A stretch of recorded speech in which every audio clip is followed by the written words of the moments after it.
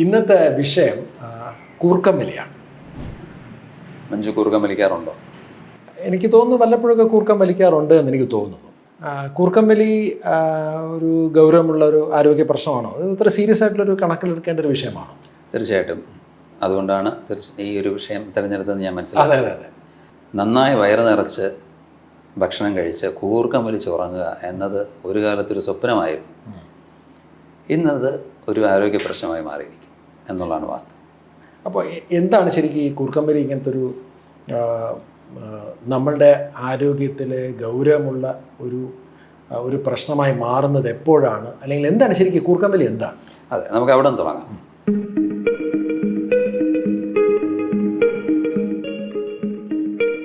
കൂർക്കം വലി സാധാരണയായി ഉറക്കത്തിൽ കാണാവുന്ന ഒരു ഫിസിയോളജിക്കൽ ഫിനോമിനനാണ്. ഒരു 50%-ലധികം ആൾക്കാർ കൂർക്കം വലിക്കാറുണ്ട് എന്നാണ് പഠനങ്ങൾ തെളിയിച്ചിരിക്കുന്നത്. കുട്ടികൾ മുതൽ പ്രായമുള്ളവർ വരെ കൂർക്കം വലിക്കാം. നമ്മൾ ഉറങ്ങുന്ന സമയത്ത് നമ്മുടെ ശരീരം പൊതുവെ റിലാക്സ്ഡ് ആവുന്നു, നമ്മുടെ മസിൽ ടോൺ കുറയുന്നു, നമ്മുടെ ശ്വസനത്തിന് സഹായിക്കുന്ന റെസ്പിറേറ്ററി മസിൽസിൻ്റെയും ടോൺ കുറയും, പ്രത്യേകിച്ച് നമ്മുടെ കഴുത്തിലെ മസിൽസിൻ്റെ ടോൺ കുറയും, നമ്മുടെ എയർവേസ്, പ്രധാനമായിട്ട് നമ്മുടെ വിൻഡ് പൈപ്പ് അഥവാ ട്രക്കിയ, അതിനെ പേറ്റൻ്റായിട്ട് വയ്ക്കുന്ന മസിലിൻ്റെ ടോൺ കുറയുമ്പോൾ അത് ഒരു പാർഷ്യൽ കൊളാപ്സിലേക്ക് പോകുന്നു. അതുവഴി ശ്വാസം, അത് നോർമലി ഉറക്കത്തിൽ സംഭവിക്കാം സാധാരണ ഒഴുക്കിനാണ്. അതുവഴി ശ്വാസം കടന്നു പോകുന്ന സമയത്ത് ഇതിന് ചുറ്റുമുള്ള സ്ട്രക്ചേഴ്സ് ഒന്ന് വൈബ്രേറ്റ് ചെയ്യും. ഈ വൈബ്രേറ്റ് ചെയ്യുന്ന സൗണ്ടാണ് നമ്മൾ സ്നോറിങ് ആയിട്ട് കേൾക്കുന്നത്. ചിലർക്കുണ്ടാകും, ചിലർക്കില്ലായിരിക്കാം. ഒരു നോർമൽ ഫിസിയോളജിക്കൽ ഫിനോമിനനാണ് ആയിട്ടാണ് സ്നോറിങ് കരുതിയിരിക്കുന്നത്. പക്ഷേ it can also denote an underlying health challenge. പ്രധാനമായിട്ട് അതിൽ നമ്മളിന്ന് ഉറ്റുനോക്കുന്ന ഒരു പ്രധാനപ്പെട്ട ഒരു ചാലഞ്ച് ഒബ്സ്ട്രക്റ്റീവ് സ്ലീപ്പ് ആപ്നിയ എന്നുള്ളത്. അതായത് നമ്മുടെ ഉറക്കത്തിൽ ശ്വാസ തടസ്സം ഉണ്ടാകുന്നതിനെയാണ് സ്ലീപ്പ് ആപ്നിയ എന്ന് പറയുന്നത്. ഉറക്കത്തിൽ ശ്വാസം നിന്നു പോകാം, മേ ബി ചില വളരെ കുറച്ച് സമയത്തേക്കാണെങ്കിലും നിന്നു പോകാം. അതെ, അതായത് റിപ്പീറ്റഡ് എപ്പിസോഡ്സ്, ശ്വാസം നിൽക്കുന്നു, വീണ്ടും എടുക്കുന്നു. ഒരു തവണ മാത്രമല്ല, പല തവണ. സ്ലീപ്പ് സ്റ്റഡി പോലുള്ള പഠനങ്ങൾ നടത്തി തെളിയിച്ചിരിക്കുന്നത് ഇതുമൂലം കാര്യമായി ബുദ്ധിമുട്ടുന്നവർക്ക് 100 തവണ വരെ ഒരു രാത്രിയിലെ ഉറക്കത്തിൽ 100 തവണ വരെ ഇത്തരത്തിലുള്ള സ്റ്റോപ്പ് സ്റ്റാർട്ട് ഉണ്ടാകാമെന്നുള്ളതാണ്. പലപ്പോഴും അമിതഭാരം കുറയ്ക്കണമെന്ന് ബോധ്യപ്പെട്ട് വരുന്ന, അല്ലെങ്കിൽ അങ്ങനെ ചിന്തിക്കുന്ന ഒരുപാട് ആൾക്കാർ നമ്മുടെ ചുറ്റുപാടുണ്ട്. എൻ്റെ ശരീരഭാരം എന്തായാലും ഒന്ന് കുറയ്ക്കണം, അതെൻ്റെ ആരോഗ്യത്തിന് നല്ലതല്ല എന്ന് ചിന്തിക്കുന്ന ആൾക്കാർ നമ്മുടെ ഇടയിൽ ഇഷ്ടം പോലെ ഉണ്ട്. പക്ഷേ ഇൻട്രസ്റ്റിംഗ് ആയിട്ട് എനിക്ക് ഓർമ്മ വരുന്ന ഒരു ക്ലയൻറ്റിൻ്റെ കാര്യം, അദ്ദേഹം എനിക്ക് എങ്ങനെയെങ്കിലും ശരീരഭാരം കുറയ്ക്കണം, അതിനുവേണ്ടി ഞാൻ എന്ത് എഫേർട്ട് ഇടാൻ തയ്യാറാണ് എന്ന് പറഞ്ഞ് വന്ന ഒരു ക്ലയൻറ്റാണ്. അപ്പോൾ ഞാൻ സാധാരണ എല്ലാവരും ചോദിക്കുന്ന പോലെ, എന്തുകൊണ്ടാണ് താങ്കൾ ശരീരഭാരം കുറയ്ക്കാൻ ഇത്തരത്തിൽ ഒരു വലിയൊരു ഉത്സാഹം കാണിക്കാൻ കാരണം? അദ്ദേഹം പറഞ്ഞത്, എൻ്റെ ഭാര്യ നിരന്തരമായി കംപ്ലൈൻറ്റ് ചെയ്യുന്നുണ്ടായിരുന്നു, അവൾക്ക് ഉറങ്ങാൻ കഴിയുന്നില്ല. കാരണം ഉറക്കത്തിൽ ഞാൻ അറിയുന്നില്ലെങ്കിൽ പോലും ഞാൻ ഉണ്ടാക്കുന്ന ശബ്ദ കോലാഹലങ്ങൾ അവളുടെ ഉറക്കത്തെ ബാധിക്കുന്നു. അദ്ദേഹത്തിന് ഒരു സ്ലീപ്പ് സ്റ്റഡി ചെയ്യുന്നു. ആ സ്ലീപ്പ് മെഡിസിൻ എക്സ്പേർട്ട് അദ്ദേഹത്തിനോട് പറഞ്ഞത്, അദ്ദേഹത്തിൻ്റെ ആരോഗ്യത്തിൽ ഗൗരവമുള്ള വിഷയങ്ങൾ ഇതുമൂലം ഉണ്ടാകുന്നുണ്ട്, അതുകൊണ്ട് എത്ര പണിപ്പെട്ടിട്ടാണെങ്കിലും ഒരു 15-20 കിലോഗ്രാം ശരീരഭാരം കുറയ്ക്കാൻ ആവശ്യപ്പെടുന്നു. ഇതാണ് അദ്ദേഹം അമിതവണ്ണം കുറയ്ക്കാൻ കാരണമായിട്ട് വന്നത്. അപ്പോൾ അങ്ങനെയാണെങ്കിൽ ഈ സ്ലീപ്പ് ആപ്നിയ ഉണ്ടാകാൻ, അല്ലെങ്കിൽ സ്നോറിങ്, ഇൻറ്റൻസ് ആയിട്ടുള്ള സ്നോറിങ് ഉണ്ടാകാനുള്ള പ്രധാനപ്പെട്ട കാരണങ്ങൾ എന്തൊക്കെയാണ്? ഓക്കെ, പ്രധാനമായും ഇപ്പോൾ നമ്മൾ സംസാരിച്ച പോലെ തന്നെ അമിതവണ്ണം, ഇതോടൊപ്പം തന്നെ ചില അനാറ്റമിക്കൽ ഡിഫറൻസുകൾ, യുണീക്നെസ്സും ഉണ്ടാകും. അതായത് നമ്മുടെ ശരീരത്തിൻ്റെ ഘടനയിലുള്ള പ്രോബ്ലംസ്. നാക്കിൻ്റെ നീളം കൂടുക. നമ്മൾ സാധാരണ പറയുന്നത് എൻ്റെ നാക്കിന് ഇച്ചിരി നീളം കൂടുതലാണ് എന്ന് പറയാറുണ്ട്. അതാണ് പ്രശ്നം. അത് പ്രശ്നം. നാക്കിൻ്റെ നീളം മാത്രമല്ല, ഘനവും. ഓക്കെ. ടോൺസിൽ, വലിയ ടോൺസിൽസ് ഉള്ള വ്യക്തികൾ, അതായത് ടോൺസിൽ എൻലാർജ്മെൻ്റ് ഉള്ള ആൾക്കാർ, മൂക്കടപ്പ്, സ്ഥിരമായുള്ള മൂക്കടപ്പ്, അലർജി തുടങ്ങിയുള്ള കാര്യങ്ങൾ. കുട്ടികൾക്കാണെങ്കിൽ അഡിനോയിഡ്സ്. ഓക്കെ. കഴുത്തിന് ചുറ്റും അമിതമായിട്ടുള്ള കൊഴുപ്പടിയുക, പ്രത്യേകിച്ചും അമിതവണ്ണത്തിൽ കാണാറുള്ള വലിയ കഴുത്തുള്ളവർ, വലുതും വലിയ വണ്ണമുള്ള കഴുത്ത്, ചെറിയ കഴുത്ത്. അപ്പോൾ മൂക്കിൻ്റെ പാലത്തിലുണ്ട് ഡീവിയേറ്റഡ് നേസൽ സെപ്റ്റം, ഇത്തരത്തിലുള്ള കാര്യങ്ങളൊക്കെ, ഇത്തരത്തിലുള്ള നിരവധി കാര്യങ്ങൾ. എനിക്ക് തോന്നുന്നു ഈ അമിതവണ്ണം വളരെ കോമൺ ഫാക്ടർ ആയതുകൊണ്ട് എനിക്ക് തോന്നുന്നു അമിതവണ്ണം ഉണ്ടാകുന്ന പല ആൾക്കാരിലും സ്വാഭാവികമായിട്ടും വലിയ കുടവയറുണ്ടാവും. ഇപ്പോൾ കിടക്കുന്ന സമയത്ത് ഈ കുടവയറിൽ നിന്നുള്ളൊരു സമ്മർദ്ദം ഡയഫ്രത്തിലോട്ടും അവിടെ നിന്ന് നമ്മളുടെ തൊറാസിക് ക്യാവിറ്റിയിൽ ഉണ്ടാകുന്നൊരു പ്രഷർ വേറെ.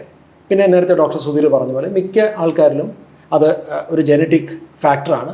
അവരുടെ ഈ ശ്വാസനാളിക്ക് ചുറ്റും കൊഴുപ്പ് അടിഞ്ഞു കൂടുകയും നേരത്തെ സംസാരിച്ച ഉറക്കത്തിലുണ്ടാകുന്ന റിലാക്സേഷൻ ഡെഫിനറ്റ്ലി വളരെ നല്ലൊരു ഒബ്സ്ട്രക്ഷൻ ഉണ്ടാകാൻ സാധിക്കും. അപ്പോൾ എനിക്ക് തോന്നുന്നു അമിതവണ്ണമുള്ള ആൾക്കാരിൽ നല്ലൊരു ശതമാനം ആൾക്കാർക്കും നല്ല സ്നോറിങ്ങോ അല്ലെങ്കിൽ ചിലപ്പോൾ സ്ലീപ്പ് ആപ്നിയോ ഉണ്ടാവാം. ഇതോടൊപ്പം പിന്നെ ഉറങ്ങുന്ന സമയത്തിന് തൊട്ട് മുമ്പുള്ള മദ്യപാനം, പുകവലി തുടങ്ങിയിട്ടുള്ള ജീവിതശൈലിയിലുള്ള ചില സ്വഭാവങ്ങളും നിങ്ങളുടെ കൂർക്കമരിക്കുള്ള ചാൻസും അതുമൂലം സ്ലീപ്പ് ആപ്നിക്കുള്ള ചാൻസും കൂടും.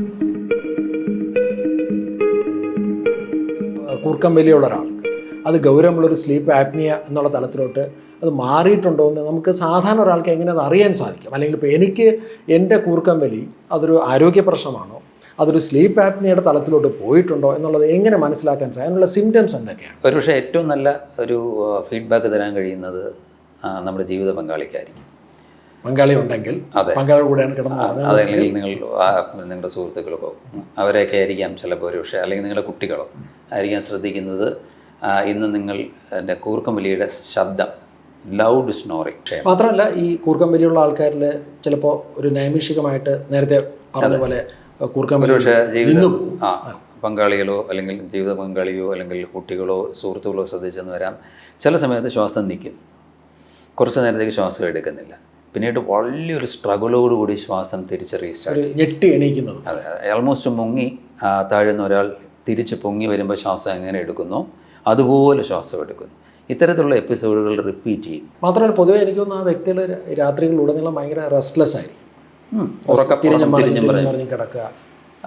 ഇത്തരത്തിലുള്ള ഫീഡ്ബാക്ക് നമ്മൾ ഒരു വ്യക്തിക്ക് കിട്ടുകയാണെങ്കിൽ തീർച്ചയായിട്ടും അദ്ദേഹമോ അദ്ദേഹത്തിൻ്റെ കുടുംബമോ ഉടൻ തന്നെ ഈ ഒരു സ്ലീപ്പ് ആപ്നിയ ഉണ്ടോ ഇല്ലേ എന്ന് തിരിച്ചറിയാൻ. മാത്രമല്ല ഇപ്പം ഈ രാത്രികളിൽ ഉറക്കത്തിൻ്റെ ഇത്തരത്തിലുള്ള വിഷയമുള്ള ആൾക്കാർക്ക് പകൽ സമയങ്ങളിലും ഇത് മൂലമുള്ള ചില ലക്ഷണങ്ങൾ ഉണ്ടാകാൻ സാധ്യത. ഉദാഹരണത്തിന് എനിക്ക് തോന്നുന്നു ചിലർക്ക് തലവേദന ഉണ്ടാവും, പിന്നെ കാര്യങ്ങൾ ശ്രദ്ധയോടുകൂടി കോൺസെൻട്രേറ്റ് ചെയ്യുന്നതിന് ബുദ്ധിമുട്ടുണ്ടാവാം, അതുപോലെ തന്നെ മൂഡ് ഡിസോർഡേഴ്സ് ഉണ്ടാവാം, പിന്നെ എപ്പോഴും ഉറക്കം തൂങ്ങുക, ഈവൻ സെക്ഷൽ ഡിസ്ഫങ്ഷൻസിനെ വരെ ചിലപ്പോൾ അത് ബാധിക്കാറുണ്ട്.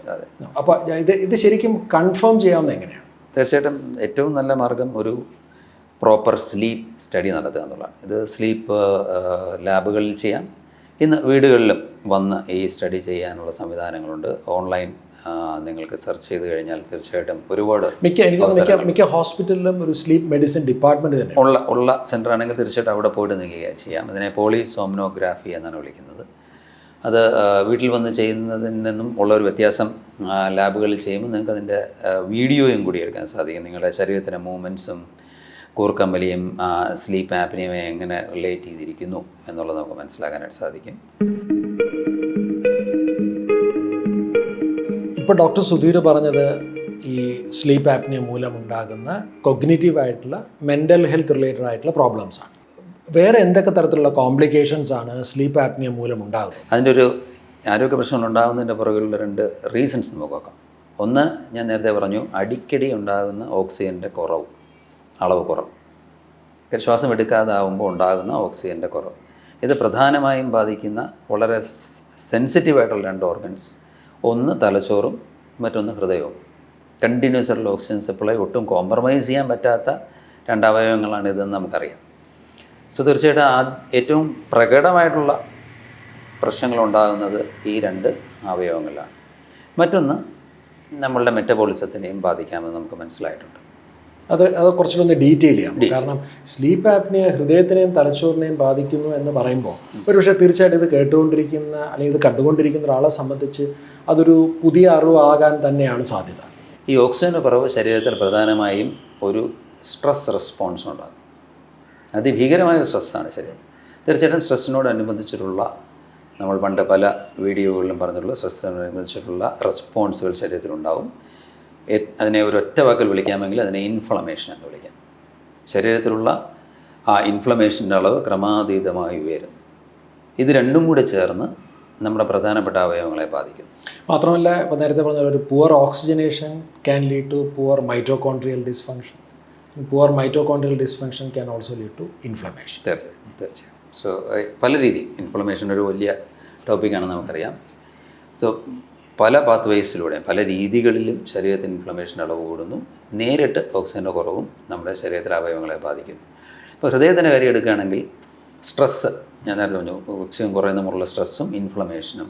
ഒന്ന് പ്രധാനമായിട്ടും സ്ട്രെസ്സ് ഹൃദയ സംബന്ധിച്ച് ആരോഗ്യത്തെ സംബന്ധിച്ച് നോക്കിക്കഴിഞ്ഞാൽ ഏറ്റവും പ്രധാനപ്പെട്ടത് അത് രക്തസമ്മർദ്ദം ഉയർത്തും, ഹൈ ബ്ലഡ് പ്രഷർ ഉണ്ടാകും. മറ്റൊന്ന് ഹൃദയാഘാതങ്ങൾക്ക് കാരണമാകും.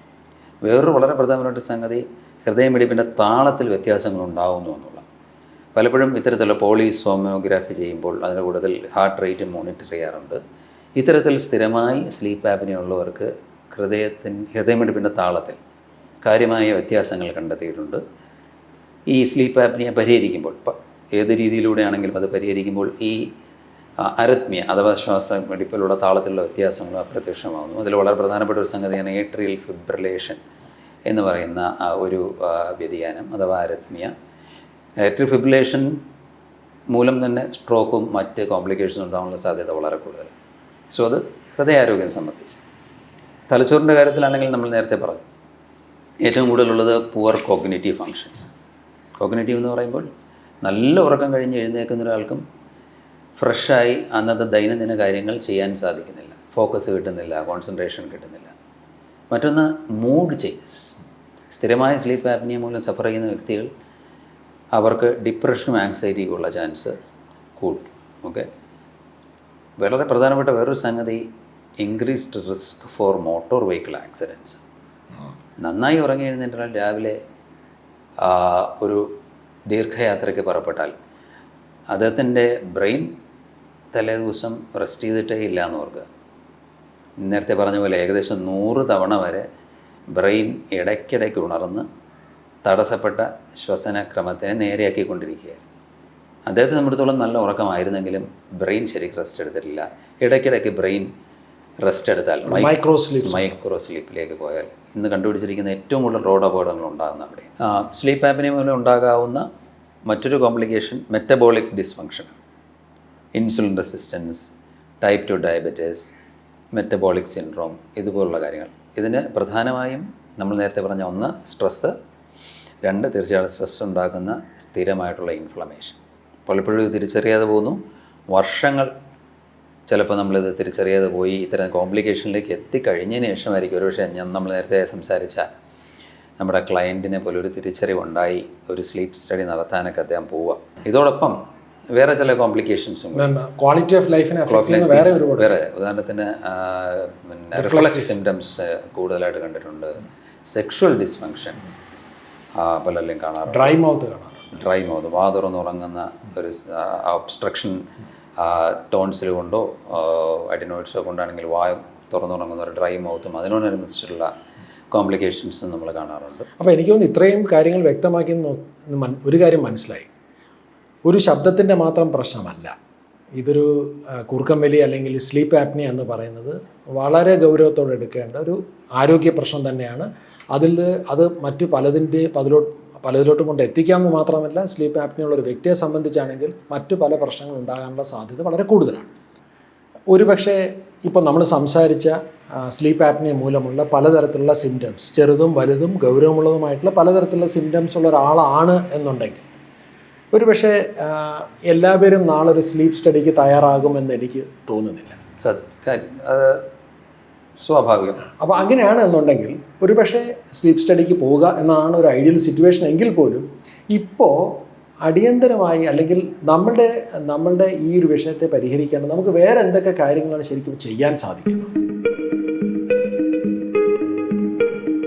ഒന്നും കൂടെ ഞാൻ സ്ട്രെസ് ചെയ്യട്ടെ. തീർച്ചയായിട്ടും ഇത്തരത്തിലുള്ള ലക്ഷണങ്ങളുണ്ടെങ്കിൽ ആദ്യം ചെയ്യേണ്ടത് ഒരു സ്ലീപ്പ് സ്റ്റഡിയും ഒരു സ്ലീപ്പ് മെഡിസിൻ സ്പെഷ്യലിസ്റ്റിനെ നിങ്ങൾക്ക് കൺസൾട്ട് ചെയ്യാമെങ്കിൽ അത് തന്നെയാണ്. അതെ, അത് ചെയ്താലും ഇല്ലെങ്കിലും അതിനോടൊപ്പം ചെയ്യേണ്ട വളരെ പ്രധാനപ്പെട്ട ചില ലൈഫ് സ്റ്റൈൽ ഇൻ്റർവെൻഷൻസ് ഉണ്ട്. ഒന്ന്, നിങ്ങൾ അമിതവണ്ണമുള്ള ഒരു വ്യക്തിയാണെങ്കിൽ തീർച്ചയായിട്ടും വെയിറ്റ് റിഡക്ഷൻ വളരെ പ്രധാനപ്പെട്ട ഒരു സംഗതിയാണ്.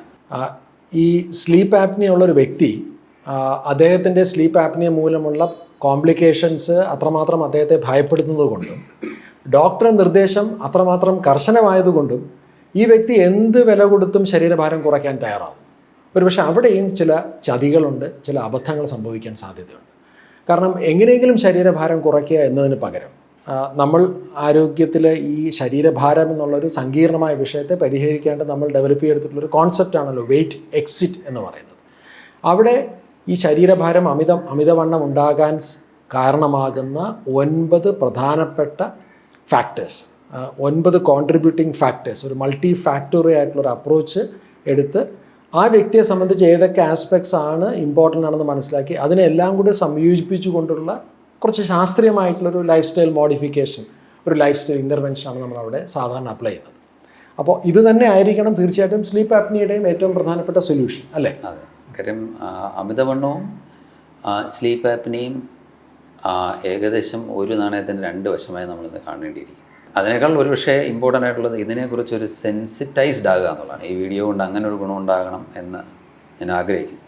കാര്യം ഒരു സംഗതി ഉണ്ടാകാൻ സാധ്യതയുണ്ട് എന്നുള്ള ഒരു തിരിച്ചറിവും ആ ഒരു മുൻകരുതലും അവിടെ ഉണ്ടെങ്കിൽ വളരെ സ്പെസിഫിക് ആയിട്ടുള്ള സിമ്പിളായിട്ടുള്ള ചില ലൈഫ് സ്റ്റൈൽ ഇൻ്റർവെൻഷൻസ് നമുക്ക് ചെയ്യാം. നമ്മൾ സാധാരണ അമിതവണ്ണമുള്ള ആൾക്കാരിൽ നമ്മൾ ഇടപെടുന്നത് അദ്ദേഹത്തിൻ്റെ ഭക്ഷണ രീതികൾ, പോഷക രീതികൾ, വ്യായാമ രീതികൾ, പിന്നെ അദ്ദേഹത്തിൻ്റെ മാനസികവും വൈകാരികമായ വിഷയങ്ങൾ, ഹോർമോൺ സംബന്ധമായ പ്രോബ്ലംസ് ഉണ്ടെങ്കിൽ അത്, അദ്ദേഹത്തിന് ഒരു ഇൻഫ്ലമേറ്ററി ആയിട്ടുള്ള സാഹചര്യങ്ങളുണ്ടെങ്കിൽ അത്, ഇതിനൊക്കെ നമ്മൾ അഡ്രസ്സ് ചെയ്യപ്പെടേണ്ടതുണ്ട്. അപ്പോൾ അങ്ങനെയാണ് നോക്കിയാൽ അത് തന്നെയാണ് സ്ലീപ്പ് ആപ്നിയയ്ക്ക് കാരണമാകുന്നത്. പക്ഷേ എനിക്ക് തോന്നുന്നു നമ്മൾ നേരത്തെ പറഞ്ഞൊരു പ്രധാനപ്പെട്ട ആസ്പെക്റ്റ് ഒന്നുകൂടി നമ്മളിവിടെ ഹൈലൈറ്റ് ചെയ്യാം. ഒരുപക്ഷെ സ്ലീപ്പ് ആപ്നിയ ഉള്ള ഒരാളാണെന്നുണ്ടെങ്കിൽ അതുമൂലവും അമിതവണ്ണമുണ്ടാകും. അപ്പോൾ അങ്ങനെയാണെങ്കിൽ ഇവിടെ കോഴിയാണോ മുട്ടയാണോ എന്നുള്ള അന്വേഷണത്തിന് പകരം എല്ലാം കണക്കിലെടുത്തുകൊണ്ട് എവിടെ നിന്നെങ്കിലും തുടങ്ങുക എന്നുള്ളത് തന്നെയായിരിക്കണം അതെ സമീപനം. ഇപ്പോൾ ഈ അടുത്തിടയ്ക്കായിട്ട് നമ്മളിതിനെക്കുറിച്ച് കുറച്ച് സെൻസിറ്റൈസ് ആയതിനു ശേഷം, ഇപ്പം ഇത് കേട്ടോണ്ടിരിക്കുന്നത് സെൻസിറ്റൈസ്ഡ് ആകുന്നതിനെക്കുറിച്ച് പറഞ്ഞു, നമ്മളും ഇതിനെക്കുറിച്ച് കൂടുതൽ സെൻസിറ്റൈസ്ഡ് ആയിക്കൊണ്ടിരിക്കുകയാണ്. ഇപ്പോൾ നമ്മൾ കാണുന്ന ഡയബറ്റിസ് ക്ലയൻസിന് മിക്കവർക്കും നമ്മളൊരു സ്ലീപ്പ് സ്റ്റഡി റെക്കമെൻഡ് ചെയ്യുന്ന ലെവലിലേക്ക് എത്തി. കാര്യം ഡയബറ്റിസ് അൺകൺട്രോൾഡ് ആവുന്നതിൻ്റെ ഒരു reason could be undiagnosed, untreated sleep apnea. ഇതുപോലെ തന്നെ ഹൈപ്പർ ടെൻഷൻ. അപ്പോൾ ഹൈപ്പർ ടെൻഷന് കാരണമാകാം സ്ലീപ്പ് ആപ്നിയ. അപ്പോൾ ഇതല്ലാതെ വേറെ എന്ത് സൊല്യൂഷൻ പ്രോട്ടോകോൾസൊക്കെ നമുക്ക് പറയാൻ കഴിയും? തീർച്ചയായിട്ടും നേരത്തെ ഇപ്പോൾ പറഞ്ഞ പോലെ വെയിറ്റ് എക്സിറ്റ് പ്രോഗ്രാം, നമ്മുടെ ഒരു ഫങ്ഷണൽ ഹെൽത്ത് കോച്ച് പ്രോഗ്രാമിൽ നമ്മൾ സാധാരണ കൊടുക്കുന്ന നിർദ്ദേശങ്ങൾ, വളരെ സിമ്പിളായിട്ടുള്ള ലൈഫ് സ്റ്റൈൽ ചേഞ്ചസ്. നേരത്തെ നമ്മൾ സംസാരിച്ചത് വെയിറ്റ് റിഡക്ഷനിലാണ്. ഓക്കെ, അതൊരു വലിയൊരു ടോപ്പിക്കാണ്. പക്ഷേ വെയിറ്റ് റിഡക്ഷന് വേണ്ടുന്ന ശാസ്ത്രീയമായ സമീപനം നമ്മൾ അതിനെക്കുറിച്ച് വളരെ സയൻറ്റിഫിക് ആയിട്ടുള്ള അപ്രോച്ചിനെ കുറിച്ചുള്ള വീഡിയോസ് നമ്മൾ ചെയ്തിട്ടുണ്ട്. അതുപോലെ ഈ ബ്രീത്തിങ് എക്സസൈസ് എത്രത്തോളം തീർച്ചയായിട്ടും സ്ലീപ്പ് ആപ്നിയ ഒരുപക്ഷെ ഇന്ന് ശ്രദ്ധിക്കപ്പെടാത്തൊരു മേഖലയാണെന്ന് ഞാൻ പറയും. ഇതൊരു ബ്രീത്തിങ് പ്രോബ്ലം ആയിട്ടാണല്ലോ തുടങ്ങിയത്. എന്നാൽ ഇത് ബ്രീത്തിങ് പ്രോബ്ലം മാത്രമാണോ എന്ന് ചോദിച്ചാൽ അല്ല. എങ്കിലും ശരിയായി ശ്വസിക്കാൻ ഒരുപക്ഷെ ഇന്ന് നമ്മൾ പഠിക്കേണ്ടിയിരിക്കുന്നു. ഉണർന്നിരിക്കുമ്പോൾ ശരിയായി ശ്വസിക്കുന്നത് ഉറക്കത്തിലും ശരിയായി ശ്വസിക്കാൻ നിങ്ങൾക്ക് സഹായകമാകും. ഇതിനെക്കുറിച്ചുള്ള നിരവധി പഠനങ്ങൾ നടന്നിട്ടുണ്ട്. വളരെ സിമ്പിളായിട്ടുള്ള ബ്രീത്തിങ് ടെക്നിക്സ് ഇൻക്ലൂഡിങ് പ്രാണായാമ നിങ്ങളുടെ മസിൽ ടോൺ മെയിൻറ്റെയിൻ ചെയ്യാനും ഒബ്സ്ട്രക്ഷൻ കുറയ്ക്കാനും ഇൻഫ്ലമേഷൻ കുറയ്ക്കാനും. രസകരമായിട്ടുള്ളൊരു വസ്തുത, ഇത്തരത്തിലുള്ള കാര്യങ്ങൾ ചെയ്യുമ്പോൾ ഒരുപക്ഷെ നിങ്ങൾ സ്ലീപ്പ് സ്റ്റഡിക്ക് തയ്യാറല്ലായിരിക്കാം. നിങ്ങൾക്ക് സ്ലീപ്പ് ആപ്നിയ ഉണ്ടെന്ന് ഇതുവരെ ഡയഗ്നോസ് ചെയ്തിട്ടുമില്ലായിരിക്കാം. ഒരുപക്ഷെ ഇതിനെക്കുറിച്ച് യാതൊരു ധാരണയില്ലാത്ത ആളാണെന്ന് തന്നെ കൂട്ടിക്കോളും. നിങ്ങളുടെ ഹെൽത്ത് കെയർ പ്രൊഫഷണൽ നിങ്ങളോട് ഇതിനെക്കുറിച്ച് ഡിസ്കസ് ചെയ്തിട്ടില്ലായിരിക്കാം. പക്ഷേ എങ്കിലും ഇത്തരത്തിലുള്ള കാര്യങ്ങൾ ഫോളോ ചെയ്യുന്നൊരു വ്യക്തി തനിക്ക് ഉണ്ട് പക്ഷേ എനിക്കറിയില്ല എന്ന കണ്ടീഷനായി കിടക്കുന്ന സ്ലീപ്പ് ആപ്നിയ, മറിഞ്ഞു കിടക്കുന്ന സ്ലീപ്പ് ആപ്നിയയുടെ ഡൗൺ സ്ട്രീം കോംപ്ലിക്കേഷൻസിനെ നമുക്ക് നല്ല രീതിയിൽ തടയാൻ സാധിക്കും. ബ്രീത്തിങ് എക്സസൈസ് പോലെ തന്നെ പ്രധാനപ്പെട്ട മറ്റൊരു സംഗതിയാണ് ഇംപ്രൂവിങ് യുവർ ഫിറ്റ്നസ്. ഇതുവരെ നിങ്ങൾ വ്യായാമം തുടങ്ങിയിട്ടില്ലാത്തൊരു വ്യക്തിയാണെങ്കിൽ നിങ്ങളുടെ കായികക്ഷമത വർദ്ധിപ്പിക്കുന്നത് നിങ്ങൾക്ക് സ്ലീപ്പ് ആപ്നിയ, സ്നോറിങ്ങും അതിൽ നിന്ന് മൂലം ഉണ്ടാകാവുന്ന സ്ലീപ്പ് ആപ്നിയയ്ക്കുള്ള ചാൻസ് കുറയ്ക്കുന്നു. അഥവാ നിങ്ങളിപ്പോൾ സ്ലീപ്പ് ആപ്നിയ മൂലം ബുദ്ധിമുട്ടുന്നൊരു വ്യക്തിയാണെങ്കിൽ, അത് കണ്ടുപിടിച്ചിട്ടുണ്ടോ ഇല്ലയോ എന്നുള്ളവിടെ നിൽക്കട്ടെ, അതിൻ്റെ കോംപ്ലിക്കേഷൻസ് തടയാനും നിങ്ങളെ സഹായിക്കുന്നു. So definitely get into a very properly structured fitness program. So ഇത്രയുമാണ് barring consultation with your sleep specialist. അതെത്തായാലും വേണം. അഥവാ നിങ്ങൾക്കത് ചെയ്യാൻ സാധിച്ചാലും ഇല്ലെങ്കിലും നിങ്ങൾ നിശ്ചയമായും ഫോളോ ചെയ്യേണ്ട കുറച്ച് ഗൈഡ് ലൈൻസ് ഇത് തന്നെയാണ്. ഓക്കെ, അപ്പോൾ എനിക്ക് തോന്നുന്നു സ്ലീപ്പ് ആപ്നിയെ കുറിച്ചിട്ടും സ്നോറിങ്ങിനെ കുറിച്ചും നമ്മൾ നടത്തിയ ഡിസ്കഷൻസ് നിന്ന് നമുക്ക് വേണമെങ്കിൽ ഇങ്ങനെ ഒന്ന് സമ്മപ്പ് ചെയ്യാം. ഒന്ന്, തീർച്ചയായിട്ടും നമ്മൾ നേരത്തെ പറഞ്ഞ സ്ലീപ്പ് ആപ്നിയോ സ്നോറിങ്ങോ മൂലമുള്ള നിരവധി ലക്ഷണങ്ങളെക്കുറിച്ച് പറഞ്ഞു. രാത്രി സമയത്തും പകൽ സമയത്തും നിങ്ങളുടെ കൊഗ്നിറ്റീവ് ഫങ്ഷൻസിലും മൂഡിലും മെമ്മറിയിലും നിങ്ങളുടെ എനർജി ലെവൽസിലൊക്കെ ഉണ്ടാകുന്ന ലക്ഷണങ്ങൾ എന്തെങ്കിലും നിങ്ങൾക്കുണ്ട് എന്നുണ്ടെങ്കിൽ ദ ഫസ്റ്റ് സ്റ്റെപ്പ് ഒരു സ്ലീപ്പ് സ്റ്റഡി ചെയ്യാമെന്നുള്ളത്, ഒരു സ്ലീപ്പ് മെഡിസിൻ സ്പെഷ്യലിസ്റ്റിനെ കണ്ടിട്ട് ഒരു സ്ലീപ്പ് സ്റ്റഡി ചെയ്യാമെന്നുള്ളതാണ് ഒന്നാമത്തെ കാര്യം. ഇനി അത് ചെയ്താലും ചെയ്തില്ലെങ്കിലും തീർച്ചയായിട്ടും ചെയ്യേണ്ട അടുത്ത പ്രധാനപ്പെട്ട 4 കാര്യങ്ങൾ. ഒന്ന്, നിങ്ങളുടെ ശരീരഭാരം അമിതമാണ് എന്നുണ്ടെങ്കിൽ അത് കുറയ്ക്കുക തന്നെയാണ് എന്തായാലും രണ്ടാമത്തെ ഏറ്റവും പ്രധാനപ്പെട്ട സ്റ്റെപ്പ്. ശരീരഭാരം കുറയ്ക്കുന്നതിന് വേണ്ട ശാസ്ത്രീയമായിട്ടുള്ള നടപടികളിലോട്ട് കടക്കുക, ഒരു ലൈഫ് സ്റ്റൈൽ മോഡിഫിക്കേഷനോട് പോവുക. മൂന്നാമത്തെ വളരെ പ്രധാനപ്പെട്ട കാര്യം, സ്ലീപ്പ് ആപ്നിയ ഉള്ള വ്യക്തികളിൽ നല്ല ഇൻഫ്ലമേഷൻ ഉണ്ടാവും. അപ്പോൾ ഇൻഫ്ലമേഷൻ മൂലമുണ്ടാകുന്ന കോംപ്ലിക്കേഷനുകളാണല്ലോ ഇപ്പോൾ ഡോക്ടർ സുധീർ പറഞ്ഞ ഹാർട്ട് ഡിസീസും സ്ട്രോക്കും അതുപോലെ തന്നെ മറ്റ് മെറ്റബോളിക് ഡിസോർഡേഴ്സ്. അപ്പോൾ സ്ലീപ്പ് ആപ്നിയ പരിഹരിക്കുന്നത് വരെ കാത്തു നിൽക്കാതെ നിങ്ങളുടെ ഇൻഫ്ലമേഷനെ കുറയ്ക്കാൻ ആവശ്യമായിട്ടുള്ള ഒരു ആൻറ്റി ഇൻഫ്ലമേറ്ററി ഡയറ്റ്, അന്നജം കുറഞ്ഞ നാരുകളും നല്ല അളവിലുള്ള പ്രോട്ടീനൊക്കെ അടങ്ങുന്ന ഭക്ഷണത്തിലോട്ട് പോവുക, കറക്റ്റായിട്ടുള്ള പോഷകങ്ങളുണ്ടെന്ന് ഉറപ്പാക്കുക, അതിനാവശ്യമായിട്ടുള്ള പോഷക സപ്ലിമെൻറ്റുകൾ ശാസ്ത്രീയമായ നിർദ്ദേശത്തോടെ ഉപയോഗിക്കുക. അപ്പോൾ എത്രയും പെട്ടെന്ന് മൂന്നാമത്തെ സ്റ്റെപ്പ് ഒരു ഇൻഫ്ലമേഷനെ കുറയ്ക്കാനായിട്ടുള്ള സ്റ്റെപ്പിലോട്ട് പോവുക. നാലാമത്തത് നമ്മുടെ റെസ്പിറേറ്ററി ട്രാക്റ്റിൻ്റെ ഹെൽത്തിനെ ഇമ്പ്രൂവ് ചെയ്യാൻ ആവശ്യമായിട്ടുള്ള ബ്രീത്തിങ് എക്സസൈസസ് ചെയ്യുക. അത് പകൽ സമയത്ത് ക്ലോസ്ഡ് മൗത്ത് ബ്രീത്തിങ് പ്രാക്ടീസ് ചെയ്യാം. വാ തുറന്നുകൊണ്ട് തന്നെ നമുക്ക് ബ്രീത്ത് ചെയ്യാം. എക്സസൈസ് ചെയ്യുന്ന സമയത്തും വായടച്ച് തന്നെ എക്സസൈസ് ചെയ്യുന്ന പ്രാക്ടീസ് ചെയ്യാം. അല്ലെങ്കിൽ നേരത്തെ ഡോക്ടർ സുധീർ പറഞ്ഞ പോലെ യോഗയിലൊക്കെ നമ്മൾ റെക്കമെൻഡ് ചെയ്യുന്ന പോലത്തെയുള്ള ബ്രീത്തിങ് എക്സസൈസസ്, വളരെ സ്ലോ ആയിട്ടുള്ള ബ്രീത്തിങ് എക്സസൈസ്. എനിക്ക് തോന്നുന്നു പെട്ടെന്ന് എനിക്ക് ഓർമ്മ വരുന്ന എക്സസൈസ്, നന്നായിട്ട് ശ്വാസം മൂക്കിൽ കൂടെ തന്നെ ഉള്ളിലോട്ട് എടുക്കുക, എന്നിട്ട് പറ്റുമെങ്കിൽ ഒരു 1-2 തവണ ഒന്ന് ടോപ്പ് അപ്പ് ചെയ്യുക, ഒന്നും കൂടി ശ്വാസം ഉള്ളിലോട്ട് എടുക്കുക, എന്നിട്ട് കഴിവതും സാവധാനത്തോട് വളരെ സ്ലോ ആയിട്ട് പുറത്തോട്ട് ബ്രീത്ത് ചെയ്യുന്നത് ഒന്ന് പ്രാക്ടീസ് ചെയ്യുക. ബ്രീത്തിങ് എക്സസൈസ് ഹെൽപ്പ് ചെയ്യും. 4, നിങ്ങളുടെ ഓവറോൾ ആയിട്ടുള്ള കായികക്ഷമത, ഫിറ്റ്നസ്, റെഗുലറായിട്ടുള്ള സയൻറ്റിഫിക് ആയിട്ടുള്ള ഫിറ്റ്നസ് ആക്ടിവിറ്റിയിലൂടെ കടക്കുക എന്നുള്ളതാണ്. എന്തായാലും ഒരു കാര്യം ഉറപ്പാണ്, അവഗണിക്കപ്പെടേണ്ട ശബ്ദമല്ല കൂർക്കമ്പലി. അതെ, don't ignore the snore. Correct. Okay, thank you doctor Sudheer. Thank you Manish.